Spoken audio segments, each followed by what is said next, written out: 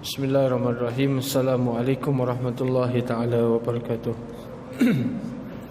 Alhamdulillah wassalatu wassalamu ala sayyidina Rasulillah Muhammadin wa ala alihi wa sahbihi wa man walah. Subhanaka la ilma lana illa ma 'allamtana innaka antal alimul hakim wa la hawla wa la quwwata illa billahil aliyyil azim. Rabbi shrah li sadri wa yassir li amri wa hlul 'uqdatam min lisani yafqahu qawli, amma ba'd. InsyaAllah kita sambung perbahasan yang lepas, iaitu hadis daripada Jabir bin Abdullah radhiyallahu ta'ala anhuma annahu sami'a Rasulullah sallallahu alaihi wasallam yaqul 'amal fathi wa huwa bi Makkah, inna Allah ta'ala wa rasulahu harrama bay'al khamri wal maitati wal khinzir wal asnam. Allah Subhanahu wa ta'ala, kata Jabir mengatakan dia mendengar Rasulullah pernah bersabda, iaitu kata baginda, innallaha ta'ala harrama bai'al khamri. Allah Subhanahu wa ta'ala, Nabi SAW mengatakan Allah mengharamkan penjualan arak. Ini sudah ulas yang lepas tentang apa jua bentuk keterlibatan seorang Muslim dengan arak ataupun hubung kait dengan arak, seperti mana yang disebut dalam hadis yang lain. Baginda mengatakan, sahabat mengatakan bahawa, iaitu Anas bin Malik, dia kata la'ana Rasulullah SAW fil khamri 'asharatan. Anas mengatakan Rasulullah melaknat 10 golongan yang terlibat dengan arak. Yang pertama adalah asiraha, orang yang memerah anggur ataupun orang yang memerah sesuatu yang dijadikan sebagai minuman. Wa mu'tasiraha, orang yang minta supaya diperah. Wa syaribaha, orang yang minum. Wa hamilaha, orang yang bawa. Mahmun ilai, yang minta dibawa. Wa saqiha wa ba'i'aha wa akli samaniha. Jadi kesemua yang ada keterlibatan secara langsung ataupun tidak dengan arak, maka dia telah mendapat laknat daripada Nabi SAW. Ini jelas tentang pengharaman arak, tidak ada kompromi. Walaupun dia mengatakan saya tak minum, kan? Saya tak minum, saya tak jual, saya tolong beli ya kat kawan, saya tolong beli saja, sama macam minum. Saya tak ni, saya tolong, saya jadi driver lori saja, sama macam minum. Driver lori termasuk dalam kategori apa? Hamilaha, orang yang bawa.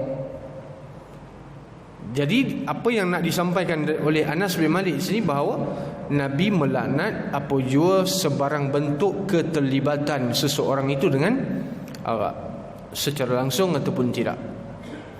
Kemudian sambungan hadis, Nabi SAW mengharamkan juga yang kedua adalah wal maitati, penjualan bangkai. Apakah yang dimaksudkan dengan istilah bangkai? Ini perlu kita faham.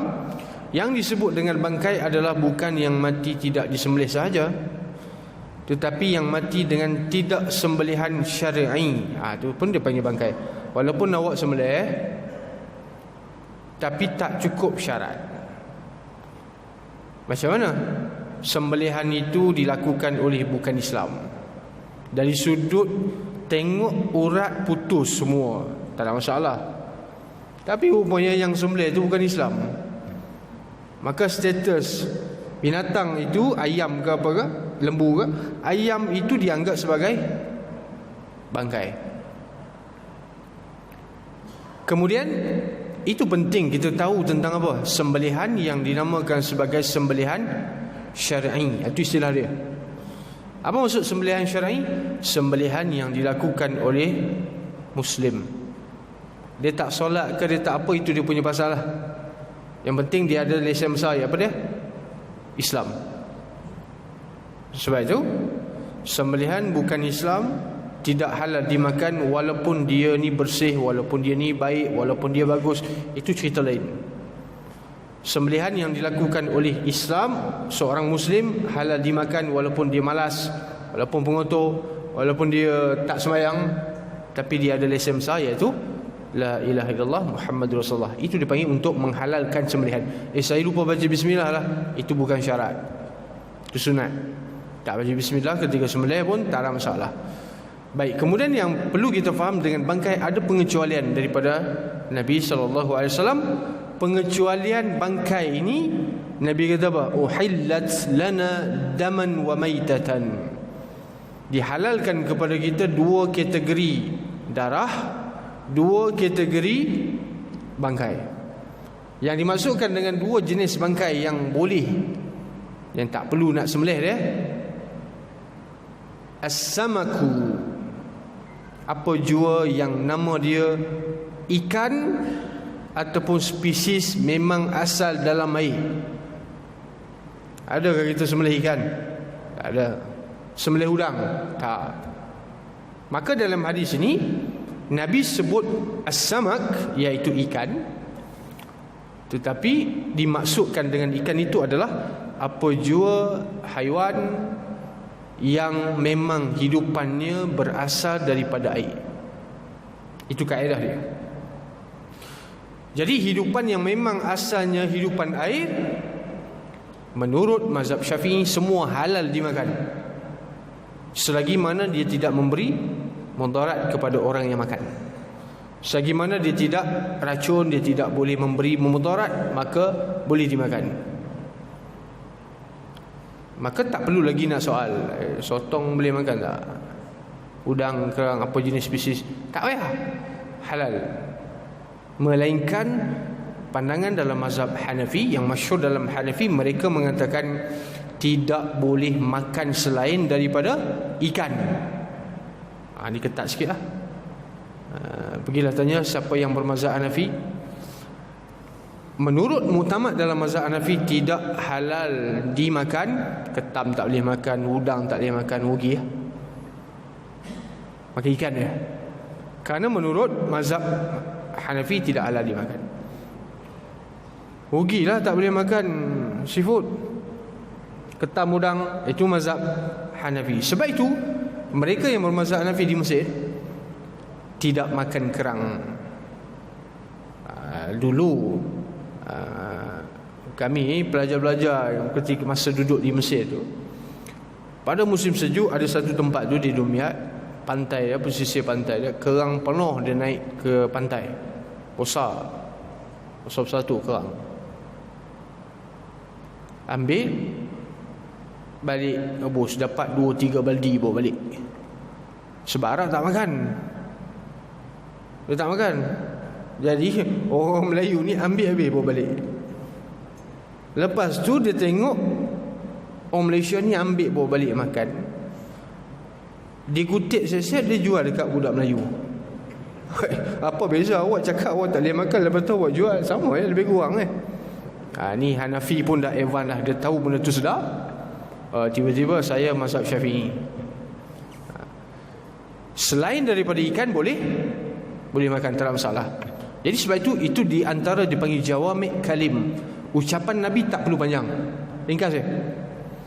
Ada satu hadis, sahabat kata, kami menaiki kapal, kunna narkabul bahra wala yajidu indana ma, kami tidak dapati air, kami tidak ada air kecuali air yang digunakan untuk kami wuduk. Sahabat tanya Nabi, afa natawaddau min ma'il bahri, boleh tak kami berwuduk dengan air laut? Nabi kata, air laut tahuru ma'uhu, suci air dia, hallu maitatuh, halal segala haiwan yang berasal daripada laut. ringkas. Walaupun tak disoal, tapi Nabi bagi tahu siap-siap. Maka tak perlu tanya itu boleh makan tak, ini tak boleh makan tak. Tak. Kecuali haiwan yang dipanggil hidupan air pun hidup, atas darat pun hidup. Kita panggil dua alam. Yang dua alam ni tak boleh. Termasuk dalam kategori dua alam, apa yang dipanggil sebagai amfibia tak boleh makan. Katak boleh makan tak? Katak orang cakap sedap. Dua alam tak boleh. Baik, perlu kita faham, bangkai yang dinamakan bangkai yang mendapat pengecualian daripada hadis ataupun yang boleh kita makan walaupun nama dia bangkai adalah ikan dan semua jenis hidupan yang berasal daripada air. Tak perlu nak sembelih, tak perlu nak apa. Itu yang pertama. Yang kedua, wal jaradu. Nabi sebut jarad. Jarad ni belalang. Belalang, kalau orang pernah makan belalang ni dia tahu Belalang kan? Orang kampung saya pernah makan lah. Orang bendang ni dia tahu dia makan belalang. Belalang kunyit dia panggil. Okey. Saja nak test. Halal dimakan tanpa perlu disembelih, tak apa. Buat macam sate tu. Bakar. Sedap. Okey. Itu dua pengecualian daripada hadis. Nabi sebut boleh makan. Selain daripada itu, mesti dengan jalan sembelih.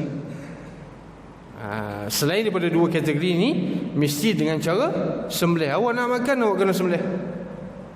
Ataupun kita tak sembelih tapi orang sembelih, tak ada masalah. Cuma sembelihan itu mesti menepati syarat-syarat yang telah ditetapkan. Apa dia syarat dia?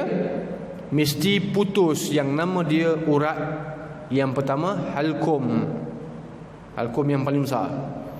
Yang kedua dipanggil marih. Apa beza? Halkum ini adalah saluran nafas. Marih ini adalah saluran makan dan minum. Yang ketiga sunat saja dipanggil wadajain, iaitu urat yang berada di tepi. Kedua-dua urat ini sunat saja. Baik, kalau sembelih tetapi tidak putus halkum, dia panggil apa? Bangkai. Ataupun sembelih setelah mati dipanggil bangkai. Itu dipanggil dalam perbahasan fiqh dipanggil hayatul mazbuh. Apa hayatul mazbuh? Baik. Ada kambing dilanggar. Kena langgar dengan kereta. Kambing tu nyawa-nyawa ikan. Kambing tu nyawa-nyawa ikan. Nak mati dah, tapi belum mati. Kemudian yang langgar tu dia keluar daripada kereta, dia ambil pisau, dia sembelih. Adakah boleh makan pada waktu itu? Tak boleh, bangkai. Saya sembelih. Ya, awak sembelih ketika mana istilah dia dipanggil hayatul mazbuh, nyawa-nyawa ikan. Tak boleh. Apa maksud dia? Barangkali kemungkinan dia mati bukan sebab awak sembelih. Dia mati sebab kena langgar tadi. Awak sembelih tu untuk cepat dia mati je. Tapi kemungkinan besar dia mati sebab accident, dilanggar oleh kamu. Maka di sini cara bab makan ni sangat hati-hati. Bab makan sangat hati-hati. Dalam Islam, bab makan ni sangat penting. Kalau setakat tak melibatkan kalau kena langgar tapi elok cuma patah kaki maka sembelih itu boleh makan. Sebab dia panggil, istilah dia panggil, term dia hayat mustaqirah. Dia masih lagi dalam keadaan tidak separuh mati, ataupun dia sihat cuma kaki yang luka, patah dan sebagainya. Itu dipanggil sembelihan mesti dengan sembelihan syar'i. Ada juga haiwan yang tak boleh dimakan tapi sembelih juga. Itu tak memberi apa-apa kesan. Dia nak makan, contoh dia sembelih babi, awak sembelih 10 kali pun tak dia apa. Sembelih itu tidak akan mengubah apa-apa pun. Maka binatang yang mati dengan cara sembelihan yang tidak syar'i, binatang yang mati dengan cara tak sembelih langsung, maka itu dipanggil sebagai bangkai. Dan masalah yang ketiga adalah bagi orang yang memburu menggunakan senapang, tembak terus mati, maka itu halal dimakan. Tak sembelih tak apa, Sebab yang memburu itu adalah Muslim. Memang dia target yang tu, memang dia nak tembak yang tu, mati tanpa disembelih, halal dimakan. Itu adalah satu permasalahan tentang orang yang berburu. Binatang yang tidak disembelih ataupun yang sembelih tapi bukan dengan syar'i, maka istilah dia dalam agama kita panggil sebagai apa? Bangkai. Manusia yang orang tak panggil bangkai. Selain daripada manusia, semua panggil bangkai. Yang mati semua panggil bangkai. Manusia orang tak panggil bangkai, orang panggil jenazah, orang panggil mayat. Itu satu bentuk penghormatan. Selain daripada binatang yang disembelih, ayam yang disembelih, kita panggil bangkai tak? Tak. Penghormatan. Bangkai apa? Ini sembelih syar'i, tak dipanggil sebagai bangkai. Maka hukum penjualan bangkai adalah haram. Sebab apa? Awak jual untuk apa? Untuk orang makan. Awak tahu bangkai? Tahu. Habis kenapa awak jual? Yang penting dapat duit ya. Okey, awak sembelih. Begitu juga kadang-kadang kalau kita nak beli ayam. Ayam ni sangat, sebab common dengan kehidupan kita ni. Ayam ni zaman Nabi tak makan ayam pun. Ayam ni ada zaman Rasulullah, tapi taklah macam sekarang ni. Dan itu bukan makanan utama. Makanan utama pada zaman Rasulullah adalah yang berasaskan tepung. Kemudian dia punya sampingan itu, lauk dia adalah daging kambing ataupun unta. Lembu pun tak wujud di zaman Rasulullah sebagai makanan Nabi. Dan juga ayam pun juga tidak wujud, dan Nabi tidak pernah makan ayam. Tak ada riwayat yang mengatakan Nabi makan ayam. Kambing ada. Okey, kalau kita nak beli ayam, hati-hati. Sebab apa? Walaupun contoh orang yang membeli sebab dia nak makan, orang yang menjual dia nak duit. Jadi orang yang jual ni kadang-kadang orang yang tak boleh dipercayai, dia main jual ya. Walaupun ayam itu tidak disembelih, ataupun ayam itu sembelih tapi tak menepati syarat, dia tahu kata bangkai, dia jual. Dia juga turut mendapat dosa. Kalau orang makan, awak punya sebab. Awak tahu ini bangkai, awak tahu ini sembelihan tak menepati syarak, maka awak jual juga, maka awak makan duit haram. Dan kalau orang yang berhati-hati dalam bab pemakanan, dia akan cek, dia akan tengok. Baik, apa jua bentuk penjualan yang dipanggil sebagai bangkai adalah haram. Dan yang ketiga, wal khinzir. Nabi sebut Allah Subhanahu wa taala dan Rasul melaknat ataupun mengharamkan sebarang bentuk penjualan khinzir ataupun babi lah. Apa jua yang berhubung dengan yang dipanggil sebagai babi. Siput babi, dia bukan babi, nama ya. Siput, tak ada salah apa pun. Tapi dipanggil sebagai siput babi, dia tak salah, dia tak haram, dia tak mughalazah. Yang dipanggil itu babi, memang babi lah. Apa jua yang berkaitan dengan dia, bulu, kulit, tak kisah. Tak boleh, kerana dianggap sebagai, dalam fiqh dipanggil sebagai mughallazah, sangat berat. Apa maksud sangat berat? Najis dia tu dikiaskan kepada anjing, sehingga perlu disucikan itu dengan cara yang berlainan berbanding najis-najis yang lain. Kemudian Nabi kata lagi wal asnam, dan juga Nabi SAW mengharamkan penjualan patung. Kenapa patung asnam ini adalah patung yang dijual untuk dijadikan sembahan, dipanggil apa? Asnam. Sembahan berhala ini muncul ataupun berlaku dalam sejarah manusia adalah bermula setelah zaman Nuh alaihi salam. Zaman Nabi Nuh, kemudian ada pengikut zaman Nabi Nuh yang beriman dengan Nabi Nuh, orang soleh. mereka itu meninggal, lepas tu orang binakan satu patung sebagai memperingati orang baik, orang soleh. Lepas tu meninggalnya mereka itu, patung itu dijadikan sebagai sembahan. Itu sejarah asal usul bagaimana patung dijadikan sembahan manusia. Dan di Mekah, saya pernah sebut sebelum ini, bagaimana wujudnya patung-patung di Mekah sebelum kelahiran Nabi SAW dan masa Nabi dilahirkan. Mana datang patung-patung itu? Sedangkan Mekah ini telah dimajukan, telah dihuni, telah dimasuki oleh orang-orang soleh. Orang mula-mula sekali memasuki Mekah adalah Nabi Ibrahim bersama dengan Hajar, bersama dengan Nabi Ismail. Dan dua beranak ini yang telah berjasa membina Kaabah. Maka yang hidup setelah Nabi Ibrahim, mereka telah menganuti ataupun mengikut ajaran Nabi Ibrahim. Kita sebut sebagai Hanif, Hanifah, iaitu Islam. Kemudian muncul satu zaman, beberapa ratus tahun selepas itu, ada seorang individu yang nama dia Amru bin Luhai. Ini orang yang bertanggungjawab memusyrikkan orang-orang Mekah yang mana mereka asalnya mengikut agama Nabi Ibrahim. Dia pergi ke Syam, pergi ke Syria. Dia melihat orang-orang Syria ni menyembah patung. Lalu dia mengatakan, alangkah baik kalau patung ini dibawa ke Mekah. Lalu dia dibawa ke Mekah. Dibawa ke Mekah, dia letakkan di hadapan Kaabah. Dan dia tidak menyuruh sesiapa pun menyembah patung, tak. Cuma dijadikan sebagai replika, letak situ saja. Kemudian bila dia mati, orang sembah.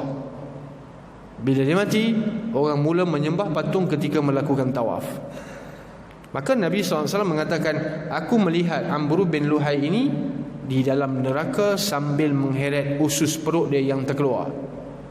Usus dia terkeluar dan dia heret. Kenapa? Dia bertanggungjawab mensyirikkan orang-orang Mekah. Ini maksudnya apa? Awak ada jasa terhadap kesyirikan orang lain. Awak ada jasa terhadap maksiat yang dilakukan oleh orang lain, awak dapat saham. Itu maksud dia. Walaupun dia tak buat, tapi dengan jasa dia, dengan sebab dia, orang lain buat, maka dapat 2 kali 5, tak kurang sikit pun. Sebab itu Nabi sebut dalam hadis, ad-dallu 'alal khairi kafa'ilih. Orang yang menunjuk arah kebaikan macam dia buat kebaikan. Saya tak buat baik pun, tapi saya tunjuk kebaikan. Saya suruh orang buat baik, orang tu buat baik. Saya suruh orang tu sedekah, saya tak sedekah, saya suruh dia sedekah. Maka dia pun sedekah. Saya dapat tak? Dapat juga. Begitulah sebaliknya, saya ajarkan dia perkara-perkara yang tidak baik, dia buat, maka saya juga mendapat saham dia. Itu panggil apa? Nabi SAW mengharamkan sebarang bentuk penjualan patung yang dijadikan untuk sembahan-sembahan. Faqila ya Rasulullah, lalu ada orang tanya Rasulullah, ara'aita, bagaimana dengan syuhumal maitati? Bangkai tak boleh jual, kita makan hasil dia tak boleh. Tapi ada sahabat tanya tentang apa dia? Lemak dia, lemak bangkai. Boleh tak diambil lemak-lemak bangkai? Fa innaha yutla biha sufun. Sahabat kata lemak-lemak ini digunakan untuk sapu kepada kapal-kapal ataupun perahu, nak bagi dia berkilat. Maka mereka menggunakan lemak haiwan. Membazirlah, kata seorang ni, dia tanya Rasulullah, ada manfaat dia lemak ni, kita tak makan tapi kita sapu dekat perahu. Wa yudhanu bihal julud, dan lemak-lemak bangkai ini, lemak haiwan yang mati bukan dengan cara sembelihan ini, disapu pada kulit supaya kulit itu nampak lebih berkilat. Wa yastasbihu bihan nas, dan sahabat kata lagi, lemak itu juga digunakan sebagai bahan bakar untuk nyalakan pelita. Minyak, jadikan minyak untuk nyalakan pelita. Maksudnya banyaklah manfaat dia. Maka kata Nabi, faqala la, tak boleh. huwa haramun, haram juga. Maka di sini perlu kita lihat kepada perbincangan ulama. Mazhab yang pertama mengatakan tidak boleh mengambil sebarang manfaat daripada bangkai kecuali kulit saja. Kulit ini semua maklum, tak ada khilaf yang ni, tidak ada perselisihan ulama. Kulit bangkai boleh digunakan apabila disamak. Samak itu dengan mana? Dia buang, tanggalkan darah-darah dan daging-daging yang melekat dengan kulit itu. Memang tinggal kulit saja, maka kulit itu boleh digunakan. Walaupun kulit itu kulit haiwan yang kita tak boleh makan. Kulit haiwan yang tidak halal dimakan, seperti kulit ular ke, kulit biawak ke, kulit buaya ke, boleh makan. Bukan boleh makan, boleh guna, dibuat tali pinggang ke, dia buat beg ke, halal. Itu tak ada khilaf. Kemudian selain daripada kulit, ini isu dia. Kadang kita tengok kan orang jual selain daripada kulit, apa dia? Taring harimau, kuku dia, dia buat cincin, dia buat batu cincin. Oh, kata ni batu apa ni? Oh, ini batu ni dibuat daripada tulang harimau. Oh, ganas lah. Lepas tu awak pakai, awak masuk masjid, awak sembahyang. Sembahyangnya tidak sah, kerana itu adalah najis. Kenapa najis? Ni perlu kita faham. Najis itu bukan kencing dan berak saja. Najis itu bukan tai, bukan kencing saja. Najis dalam bab fiqh ni, dalam bab agama ni luas. Tulang bangkai najis. Tulang harimau ke, tulang binatang yang tidak boleh dimakan dagingnya juga dianggap najis. Habis yang halal apa dia? Kulit sahaja. Yang halal adalah kulit saja. Sebab tu kalau buat, contoh kita buat sebagai kitchen kita gantung apa dia ni taring harimau. Lepas tu masuk masjid, bawa masuk masjid, masuk dalam kocek sembahyang. Tak sah. Awak bawa najis masuk masjid, awak bawa najis solat. Jadi benda ni kena hati-hati. Kemudian apabila Nabi SAW mengatakan tak boleh, maksudnya tidak boleh jual, tapi boleh ambil manfaat selain daripada apa yang berhubung dengan tubuh badan kita. Lalu kata Nabi, qatalallahu al-yahud, Allah melaknat orang-orang Yahudi. Inna Allah Ta'ala lamma harrama alaihim syuhumaha jamaluh. Yahudi ni dia orang bijak. Yahudi ni kita kena akui satu, mereka adalah orang yang bijak, dan diakui oleh Nabi SAW sendiri. Dan mereka ni lebih bertamadun daripada masyarakat Arab. Bukti daripada dia, apabila Nabi sampai di Mekah, Nabi sampai ke Madinah, Nabi sampai di Madinah, Nabi seolah-olah kena satu kejutan budaya. Nabi terkejut dengan apa? Tingkah laku orang-orang Arab Madinah. Kenapa mereka ini lebih kelihatan lebih maju ke depan berbanding orang Mekah? Sedangkan Mekah Madinah 400 km lebih saja. Tapi kenapa budaya lain? Kenapa sikap lain? Kenapa perangai lebih baik daripada orang Mekah? Rupanya mereka bergaul dengan Yahudi. Rupanya orang Madinah ni bergaul dengan Yahudi. Yahudi ada kitab suci, iaitu Taurat. Jadi bermaksud Yahudi ni lebih ke depan berbanding orang. Ini benda yang kita kena akui lah. Lebih ke depan, lebih maju ke depan. Sebab tu cara nak menipu pun pandai juga. Dalam hadis kita baca ni, Nabi kata Allah melaknat Yahudi bila Allah haramkan, bila diharamkan lemak bangkai kepada mereka, mereka cairkan lemak. Ini bukan lemak. Lemak kita faham sesuatu yang beku, sesuatu yang beku. Jadi Yahudi ni mereka mencari helah. Mereka mencari helah. Sama juga dalam macam Al-Baqarah, Tuhan sebut apa? Orang Yahudi Allah Subhanahu wa taala haramkan kepada mereka ni mencari ikan, menangkap ikan pada hari Sabtu. Dalam Al-Baqarah ada. Pada hari Sabtu kamu tidak boleh pergi cari ikan. Tak boleh mancing, tak boleh jala, tak boleh tahan buka, tak boleh. Hari Sabtu adalah hari kebesaran.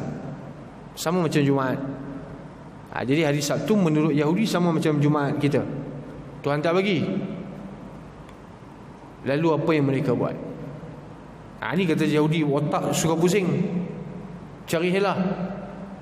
Hari Sabtu dia keluar ke laut, dia tahan pukat. Dia kata kami tak tangkap ikan, kami tahan. Esok hari Ahad baru kami ambil. Kami tak mencari ikan pada hari Sabtu, kami letak jaring saja. Esoknya hari Ahad baru kami tangkap. Lalu Allah kata apa? Fakunu qiradatan khasiin. Ini ada dua tafsiran. Maka mereka itu yang ingkar perintah Tuhan itu, Tuhan bayar on spot, mereka jadi monyet, jadi kera. Satu. Yang kedua tafsiran mengatakan mereka berperangai seperti perangai monyet, tapi tak jadi fizikalnya manusia, tapi perangainya. Ini pandai putar belik. Pandai putar belik, pandai cari helah. Sebab tu Nabi kata Allah laknat Yahudi sebab apa? Sebab sikap macam ni. Sebab sikapnya suka putar belik, cari helah, cari alasan untuk bagi jadi boleh. Benar tak boleh, tapi dia cari alasan, kata lemak tu beku, kami tak menggunakan yang beku, kami cairkan dia. Ni kata ni perangai Yahudi macam ni lah. Sama juga ada dalam kalangan kita macam ni, perangai macam ni. Perangai macam mana? Benda itu salah, tetapi dia gunakan benda itu, yang kata salah itu, dia menjadikan alasan. Contohlah, saya sebut contoh. Saya kalau pakai tudung pun, ni banyak kan, tapi duk kutuk orang pun buat apa kan? Saya kalau pakai hijab, pakai tudung, tapi saya tak jujur dengan diri sendiri, buat apa? Jadi saya lebih selesa untuk jadi diri sendiri. Maksudnya apa? Dia mencari, dia nak justifikasi diri dia buat benda tu betul. Walaupun saya tak pakai tudung, saya tak salah. Yang penting saya tak cari salah orang. Saya nak jadi diri saya sendiri. Ini alasan benda-benda macam ni banyak orang cakap macam ni kan. Jadi maksudnya apa? Dia nak mengiyakan apa yang dia buat itu betul. Maksudnya tak salah. Orang tak pakai tudung tapi perangai baik lebih bagus daripada yang pakai tudung tapi perangai jahat. Dia faham macam tu. Maksudnya dia kata apa? Itu lebih baik. Oh, maksudnya kalau macam tu, awak nilai baik buruk tu ikut kepala otak awak sendiri. Kita tak, kita bukan nilai baik buruk ikut kepala otak kita. Kalau baik dan buruk itu dinilai melalui akal fikiran kita, tak selaras. Betul? Bagi dia baik, bagi kita tak baik, bagi orang tu baik, maka hukum akan jadi apa? Berselera habis. Maka di sini baik dan buruk apa dinilai baik oleh Allah dan Rasul, buruk apa dinilai buruk oleh Allah dan Rasul, baru selaras. Jadi kita bukan, akal kita bukan boleh menentukan ini boleh, ini tak boleh, ini baik, ini buruk. Kita tak tahu pun baik buruk, walaupun diri kita sendiri. Sebab tu Nabi kata Allah laknat Yahudi kerana sikap itu.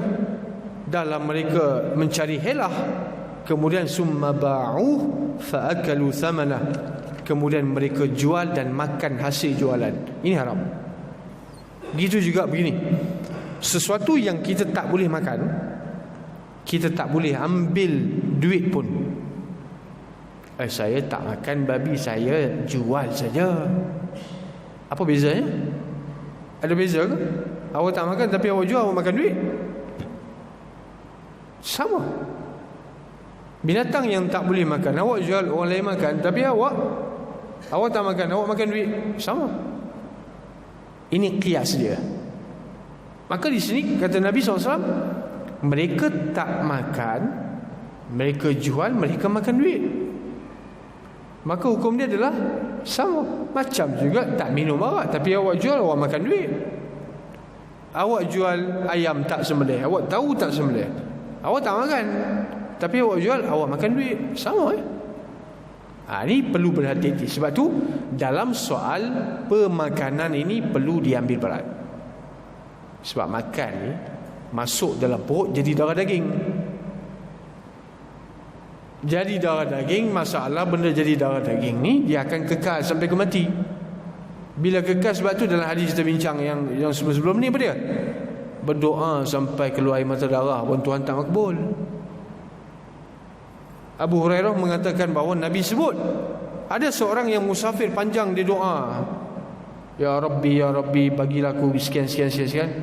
Kemudian Nabi kata pakaian dia hasil sumber yang tak baik, apa yang dia pakai tak baik, apa yang dia makan pun tak baik, apa yang dia minum pun tak baik. Fa anna yustajabulah. Macam mana doa nak makbul? Nampak? Jadi hijab daripada dimakbulkan doa tu bukan sebab Tuhan tak bagi, sebab awak yang tak betul, diri awak yang tak selesai lagi. Macam mana Allah Subhanahu Wa Taala nak makbul? Minta doa macam mana sekalipun tak makbul sebab makan benda yang tidak baik, yang tidak halal, sumber yang tidak halal, dan juga makan daripada makan sumber tak halal lain. Itu duit. Makan benda tak halal, itu awak makan benda tu. Ini hati-hati. Bab pemakanan ni tidak ada tolak ansur lah. Maksudnya kena strict, kena ambil berat betul. Sebab tu pentingnya di negara kita ada jabatan yang jaga bab ni. Sama ya. Tapi kalau kita pergi tempat lain, jenuh nak cari makan halal. Kadang orang tu cakap boleh makan, orang ni cakap tak boleh makan, ini cakap halal, ini cakap tak halal. Kita apa rujukan kita? Oh, ikut cakap orang lah. Okeylah, kalau macam tu saya tak makan lah. Sebab apa? Ragu-ragu ni tinggal. Nabi kata da'ma yaribak ila ma la yaribak. Tinggal perkara yang meragukan, ambil yang tak ragu. Kalau yang tak ragu saya makan buah je lah. Contoh. Kalau tak ragu saya makan roti je lah. Daripada nak makan makanan yang kita sendiri tak yakin boleh makan ataupun tidak, sebab dia akan memberi kesan. Dan satu hadis juga benda ni tak sempat saya nak baca. InsyaAllah masa lain lah. Wabillahi taufiq wal hidayah. Wassalamualaikum warahmatullahi wabarakatuh. Bismillahirrahmanirrahim. Allahumma atina rahmatan min 'indika wa 'allimna min ladunka 'ilman. Rabbana atina fid dunya hasanah wa fil akhirati hasanah wa qina adzabannar. Sallallahu alaihi walhamdulillahi rabbil alamin.